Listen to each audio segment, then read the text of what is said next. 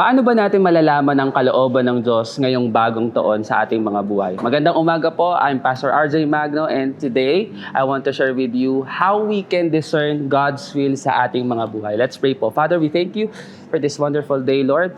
Patuloy po namin dalangin, Lord, ang karunungan at kalakasan sa buhay ng bawat isa sa pangalan ni Jesus.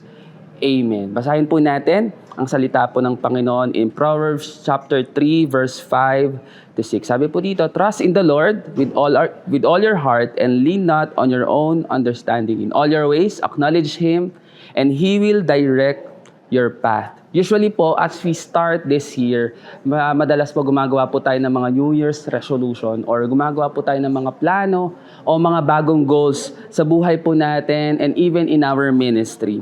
But this is the truth. Hindi po sapat na tayo po ay nagpaplano ng maigi. Hindi po sapat na tayo ay nagiging organized in terms of planning and setting our goals. Mahalaga po that when we plan according to God's plan. Madalas po sa buhay natin, minsan, baliktad yung ginagawa natin. Ang ginagawa natin minsan, nagpaplano muna tayo, tsaka natin siya pagpa-pray. You know, very important po when we make decisions, hindi po tayo muna magdedesisyon at mananalangin so that God will bless our decisions. Sa buhay po natin, it's very important that we understand that God is not the backup plan of our life.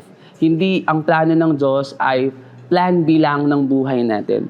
We need to understand sa buhay natin, when we pray, we are already asking God for His will be done in our life. Bago tayo magplano, bago tayo gumawa ng mga goals sa buhay natin, mahalaga po na alamin muna natin, isik muna natin ang kalooban ng Diyos sa buhay natin. Number 1, God's will starts with surrender. Sabi po ni Jesus when He prayed, "Not my will, but yours be done." Mismo si Jesus po nagset ng example that when we ask God for something to happen in our life, mahalaga po that we acknowledge na ang plano po ng Diyos ay higit sa nalalaman natin, higit sa kaya natin gawin, at higit sa ninanais natin sa ating mga buhay. Discerning God's will begins when we say, "Lord, I lay down my plans and what I want." Kung ano, Lord, yung gusto mo, gusto ko na rin. Amen? Pangalawa po, God's will is heard when we remove the noise. Malalaman natin ang kalooban ng Diyos kapag patatahimikin natin ang ingay ng paligid natin. So, if you want to know God's will in your life, mahalaga na lumayo tayo sa ingay ng mundo.